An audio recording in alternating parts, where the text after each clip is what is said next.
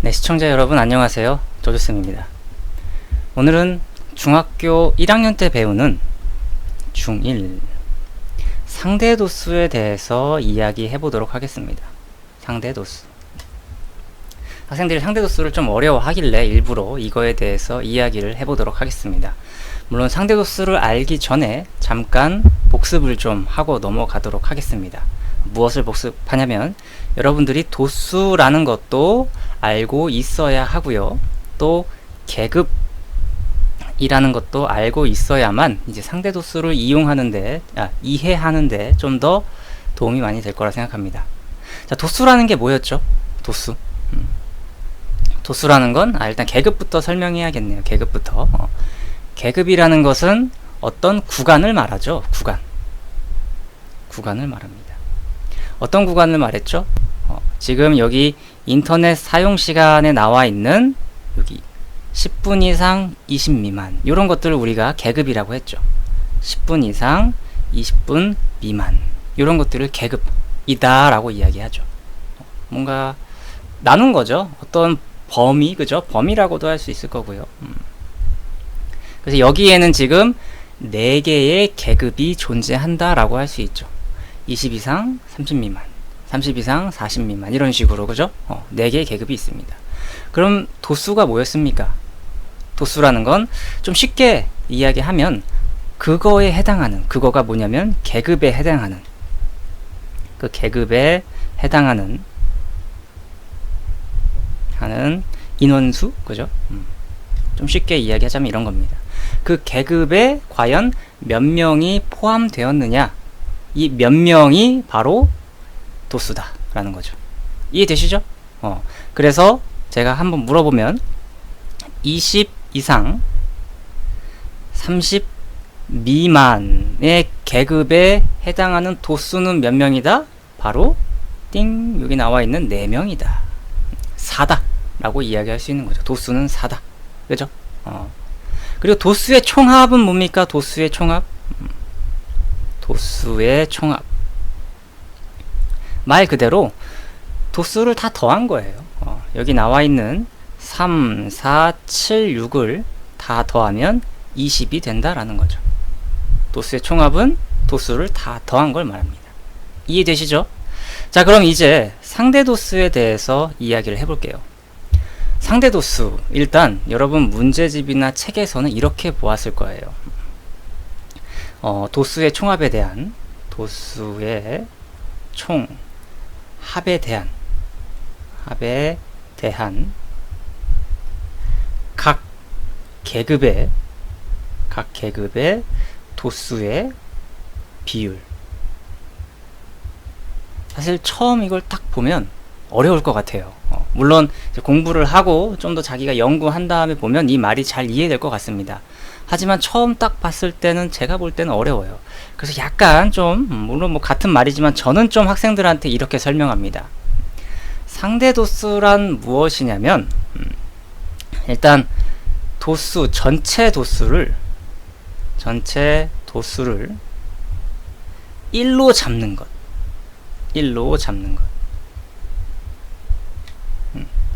전체 도수가 사실 지금 인터넷 사용 시간은 20명을 갖고 조사를 한 것 같습니다.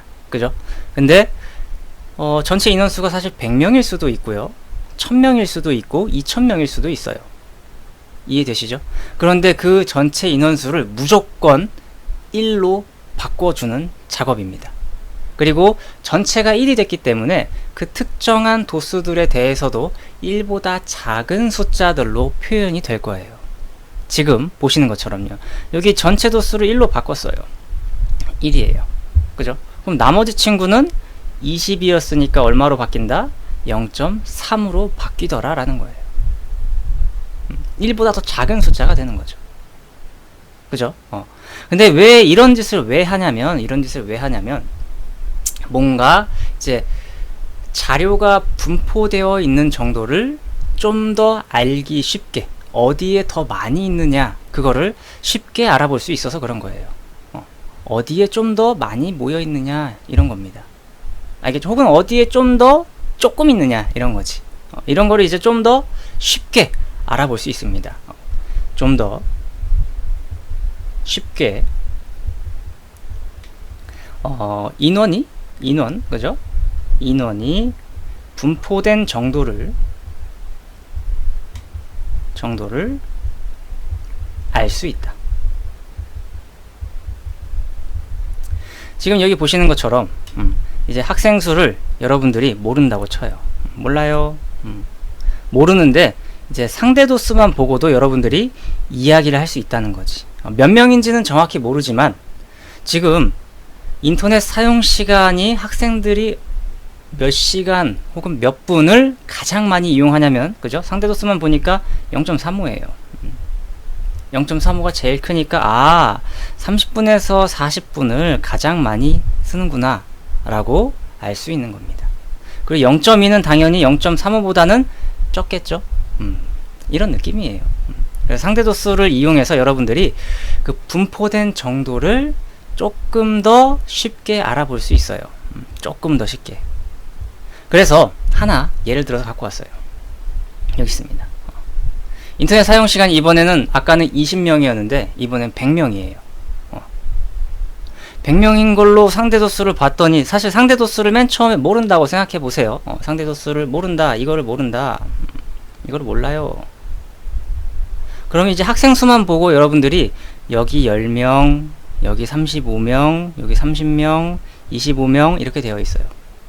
물론 선생님, 저는 이것만 보고도 충분히 어디가 더 큰지 작은지 알 수 있습니다. 물론 그럴 수 있죠. 아직은 계급이 몇 개 없으니까요.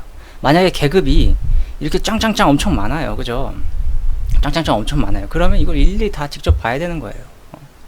그런데 이제 우리가 상대 도수를 안다라고 하면 이 상대 도수만 딱 보고 이제 0.35가 제일 크네. 그러면 이 계급이 제일 많구나, 여기에 포함된 사람 수가 제일 많구나 라고 생각을 할 수 있는 거죠. 이해되시죠? 아니면 또 이렇게도 사용할 수 있습니다. 어떻게 사용하냐면 여기에서는 우연치 않게 또 0.35네. 학생 수가 꼭 여기서는 10명이지만 여기서는 제일 작은 학생 수가 10명, 그죠? 그리고 여기서는 뭐 제일 많은 학생 수가 7명이지만 이 친구는 이제 상대 도수는 0.35. 7명이지만 사실상 차지하는 비율이 엄청 크다라는 거죠. 그죠? 이런 것도 알 수 있는 거예요. 7명이지만 얘는 상대 도수로 0.35로 제일 커요. 그러니까 여기에 제일 많이 들어가 있구나. 그런데 여기서 보면 10명이네. 10명이네. 그럼 10명 7보다 크니까 당연히 상대도수 높겠다라고 생각하지만 그게 아니라 얘는 제일 작아요.